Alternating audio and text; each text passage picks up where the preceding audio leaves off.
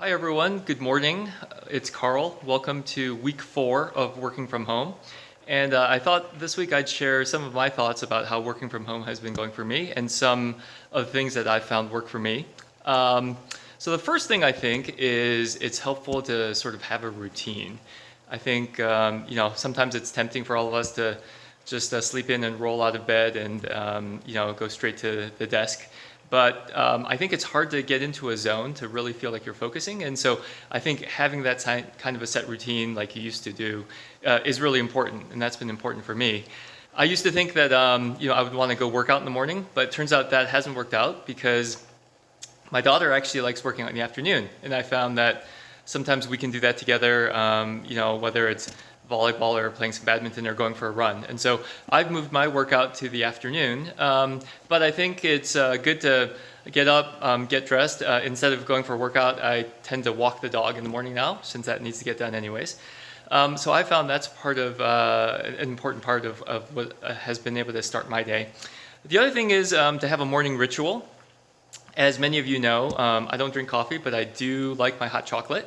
And so I think that's still part of my ritual. So you'll see here that I am making my morning hot chocolate. I do love the Mr. Coffee Cocoa Motion machine that's working right there.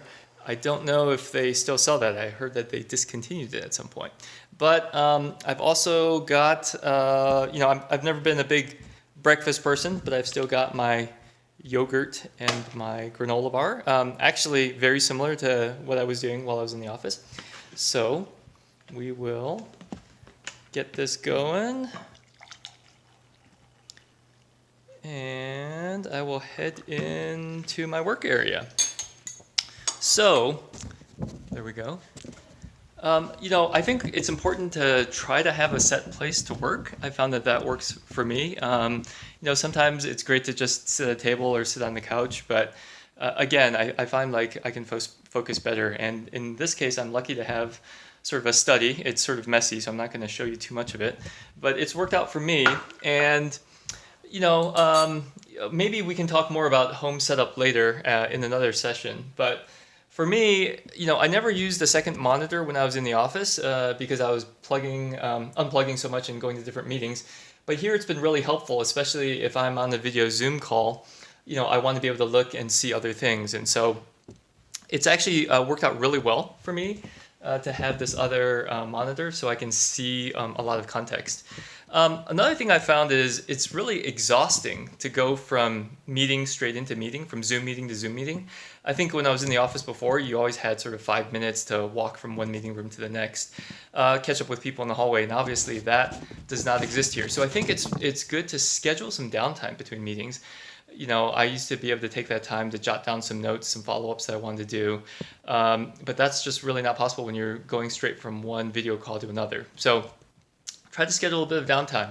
Another thing I found is that, as I mentioned, there's no common break room, there's no walking down the hallway, and so you really don't catch up with other people. And so really the only people I end up seeing typically are the people that I'm working with, and those are the same people over and over.